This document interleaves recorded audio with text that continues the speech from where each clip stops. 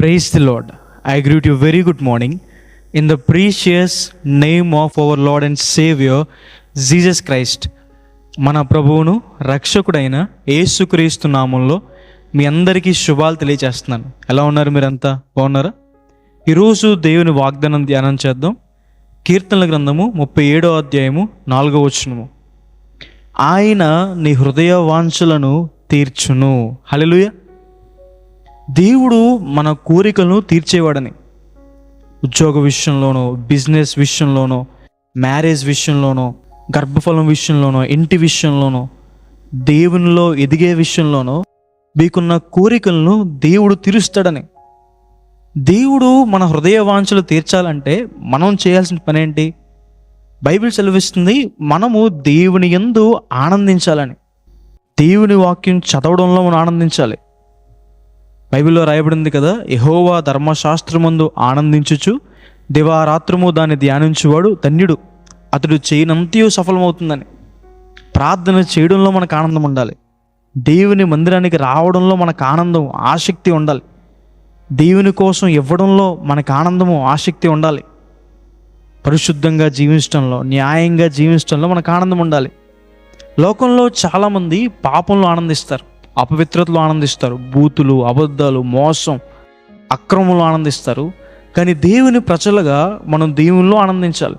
అప్పుడు దేవుడు మన హృదయ వాంఛల్ని, మన మనోభీష్టాన్ని ఆయన సఫలం చేస్తాడని. దేవునిలో ఎందుకు ఆనందించాలి అనే ప్రశ్న మీకుంటే, బైబిల్ సెలవిస్తుంది, దేవుడు మనల్ని పుట్టించాడు కాబట్టి మనం ఆయన యందు ఆనందించాలని.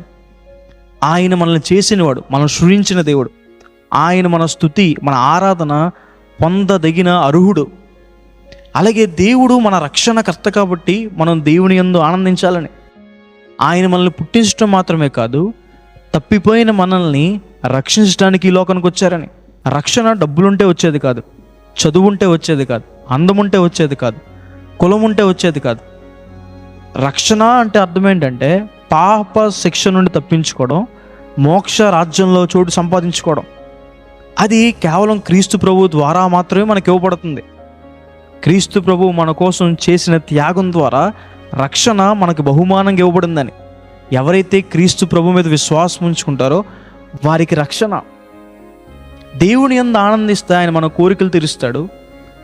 అలాగే దేవుని యందు మనం ఆనందిస్తే దేవుడు మన కొరకు గొప్ప కార్యాలు చేస్తారని, మిరాకిల్స్ చేస్తారని, అద్భుత కార్యాలు, మనుషులు ఎవరూ చేయలేని కార్యాలు, దేవుడు మాత్రమే చేసే కార్యాలు. అలాంటి కార్యాలు మన జీవితంలో చూస్తామని. ఎవరైనా మీరు దేవుని నమ్ముకున్నందుకు అవమానంగా మాట్లాడుతున్నారా? దేవుని నమ్ముకున్నందుకు మీకు ఇవ్వాల్సినవి, మీకు రావాల్సినవి రాకుండా చేస్తున్నారా? దేవుని నమ్ముకున్నందుకు మీ మీద ఇంకా ఎక్కువ కష్టం, భారం పడుతున్నారా? దేవుని వాక్యం సెలవిస్తుంది, సంతోషించి ఆనందించండి, ఎందుకంటే పరలోకమందు మీ ఫలము అధికమవుతుందని. మనుషులు మిమ్మల్ని హింస పెట్టే కొలది, దేవుని నమ్ముకున్నందుకు ఒకవేళ పరిస్థితులు మీకు వ్యతిరేకంగా మారుతున్న కొలది, దేవుడి నుంచి మీకు వచ్చే ప్రతిఫలం, ఆశీర్వాదం, బహుమానం ఇంకా ఇంకా అత్యధికమవుతుంది అని. హల్లెలూయా. కాబట్టి ఏ విషయంలో చింతపడొద్దు. చాలాసార్లు చింతపడుతూ ఉంటాం. చింతించడం ద్వారా మన జీవితంలో ఏది కూడా సాధించలేం. చింతించి మూరుడు కూడా మనం ఎదగలేమని, చింతించి మన తెల్ల వెంట్రుకల్ని నలుపు చేసుకోలేమని, చింతించడం ద్వారా మనం ఏమీ చేయలేం. దేవుడు మన కోసం చింతిస్తున్నాడు కాబట్టి మన చింత యావత్తు ఆయన మీద వేద్దాం. ఆయన యందు ఆనందిస్తే దేవుడు మన కోరికలు నెరవేరుస్తాడు అని. హల్లెలూయా. ప్రార్థన చేసుకుందాం. సర్వశక్తిమంతుడా, జీవంగల దేవేశ్య, ప్రభువా మీకు వేలాది వేలాది వందనాలు యేసయ్యా. ఈరోజు ఈ వాగ్దానం ద్వారా మాతో మాట్లాడినందుకు దేవా, ప్రభువా మీకు వందనాలు. ప్రియులు ఎంతమంది అయితే ఈ వాగ్దానం వీక్షిస్తున్నారో వారి జీవితంలో మేలు చేయండి. మీ సహాయాన్ని, సహకారాన్ని అందించండి ప్రభువా. యేసయ్యా, వారి కోరికలను సఫలం చేయండి. మీలో ఆనందించే మనస్సు ప్రభువా, ఆసక్తి వారికి దయచేయండి. బహుదీవులను వారికి దయచేయండి. యేసు నామమున వేడుకుంటున్నాను తండ్రి, amen. God bless you. God bless India.